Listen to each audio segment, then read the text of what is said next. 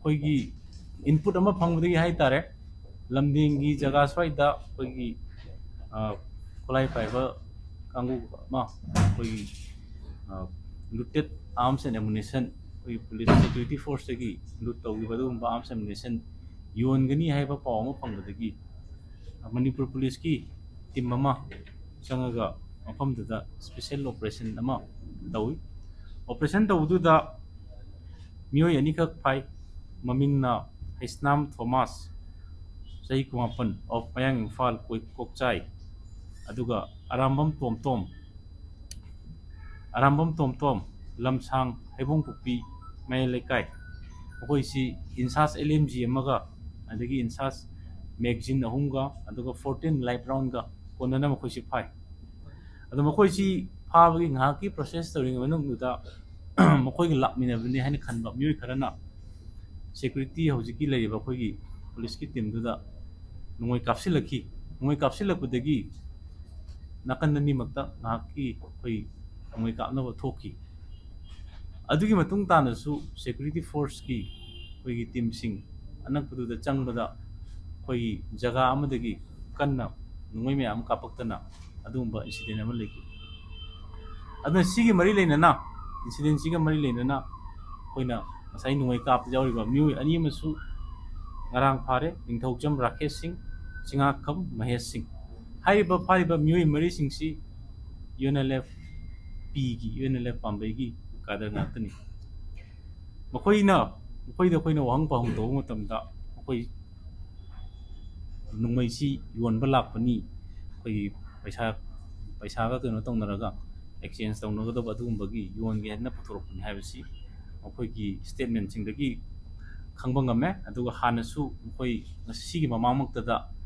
ꯍꯥꯟꯅꯁꯨ 3-4ꯔꯛ ꯍꯥꯏꯕ ꯇꯥꯔꯦ ꯅꯣꯡꯃꯩꯁꯤ ꯁꯨꯃꯥꯏꯅ ꯑꯗꯨꯝ ꯇꯣꯏꯅ ꯌꯣꯟꯕꯒꯤ ꯄꯥꯎꯁꯤ ꯑꯩꯈꯣꯏꯅ ꯑꯩꯈꯣꯏꯒꯤ ꯀꯩꯅꯣꯗ ꯑꯩꯈꯣꯏ ꯍꯧꯖꯤꯛ ꯐꯥꯎꯒꯤ ꯂꯩꯔꯤꯕ ꯁ꯭ꯇꯦꯠꯁꯤꯗ ꯑꯗꯨ ꯈꯪꯕ ꯉꯝꯃꯦ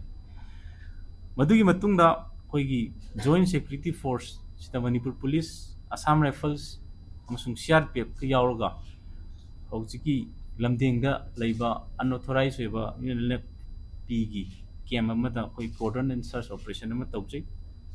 ꯍꯥꯏꯔꯤꯕ ꯀꯣꯔꯗꯟ ꯑꯦꯟ ꯁꯔꯆ ꯑꯣꯄꯔꯦꯁꯟꯗꯨ ꯇꯧꯕ ꯃꯇꯝꯗ ꯉꯔꯥꯡꯁꯤ 29 weapons AK series rifle M series rifle pistol ꯑꯗꯨꯒ ꯑꯇꯣꯞꯄ ꯑꯩꯈꯣꯏꯒꯤ ꯑꯦꯃꯨꯅꯤꯁꯟꯁꯤꯡ ꯌꯥꯎꯕ ꯁꯤꯒꯨꯝꯕ ꯅꯣꯡꯃꯩ ꯃꯌꯥꯝ ꯑꯃ ꯉꯔꯥꯡꯁꯤ ꯃꯐꯝꯗꯨꯗꯒꯤ ꯁꯤꯖ ꯇꯧꯏ ꯑꯗꯨꯒꯤ ꯃꯈꯥ ꯇꯥꯔꯛꯄ ꯑꯣꯏꯅ ꯀꯝꯕꯥꯏꯟ ꯁꯦꯀ꯭ꯌꯨꯔꯤꯇꯤ ꯐꯣꯔꯁꯅ ꯃꯈꯥ ꯇꯥꯅ ꯉꯁꯤ ꯑꯌꯨꯛ ꯑꯉꯟꯕꯗꯒꯤ ꯍꯧꯖꯤꯛꯀꯤ ꯍꯥꯏꯔꯤꯕ ꯀꯦꯝꯁꯤꯒꯤ ꯖꯒꯥꯁꯤꯡ ꯆꯤꯡꯃꯥꯏꯁꯤꯡꯁꯤꯗ ꯁꯔꯆ ꯇꯧꯕ ꯃꯇꯝꯗ ꯌꯥꯝꯂꯕ ꯈꯨꯠꯁꯨ ꯈꯨꯠꯂꯥꯏ ꯃꯌꯥꯝ ꯑꯃ ꯐꯪꯏ ꯄꯨꯟꯅ ꯈꯨꯠꯁꯨ ꯈꯨꯠꯂꯥꯏ ꯅꯣꯡꯃꯩꯒꯨꯝꯕ ꯈꯨꯠꯁꯨ ꯈꯨꯠꯂꯥꯏꯗ 38 ꯍꯥꯏꯔꯤꯕ ꯅꯣꯡꯃꯩꯁꯤꯡꯁꯤꯗ ꯑꯩꯈꯣꯏ AK series rifle M series rifle sniper carbine shotguns mortar RPG launcher anti drone jammer अदगी एक्सप्लोजिव ग्रेनेड चिंबा मखन क्यागी एक्सप्लोजिव अदगी मैगजीन एक्सेसरीज अखोगी हाइतारे PP जैकेट अमा एक्सेसरीज मैम इंक्रिमिनेटिंग आर्टिकल्स मैम मसीसु रिकवर तौबा ngami aduna haijenimbadi अखोगी प्रजासिंगदसु इचिनाउसिंग लेबा मैमसिंग हाइजनिंगबदी सुमाइना इलीगल ओइबा वेपन अदुगा लूटेड ओइबा वेपन सिंगसी सिगुम्बा लैबगी पोट लैतारगदी अनकपा पुलिस स्टेशन सिंगदा और खंगना चाना पुलिस ऑफिसर सिंगदा पाउ पिबिरगा तम चाना पाउ पिबिरगा मदु सिंगदु सिनबगी थबक तौबियु मदु नतबा तारगदी आइनगी ओइबा थेंगनबदा फाबा खटपदा यारपददी आइनगी ओइबा कन्सिक्वेंसेस मैम थेंगनबा ताबनी लोइना प्रजासिंगदसु मसिगी पाउ लेरगदी पुलिसना मतम चाना पाउ पिबिदुना लैरिबा प्रजा मैमगी मरक्सिदा कोई सेफर ओइबा एनवायरनमेंट अमा पिमिन्नसी पिबिदा मतेंग पांगबियु हाइना पुलिस की साइड तगी मणिपुर पुलिस साइड तगी प्रजा मैमसु अपील तौजरी थैंक यू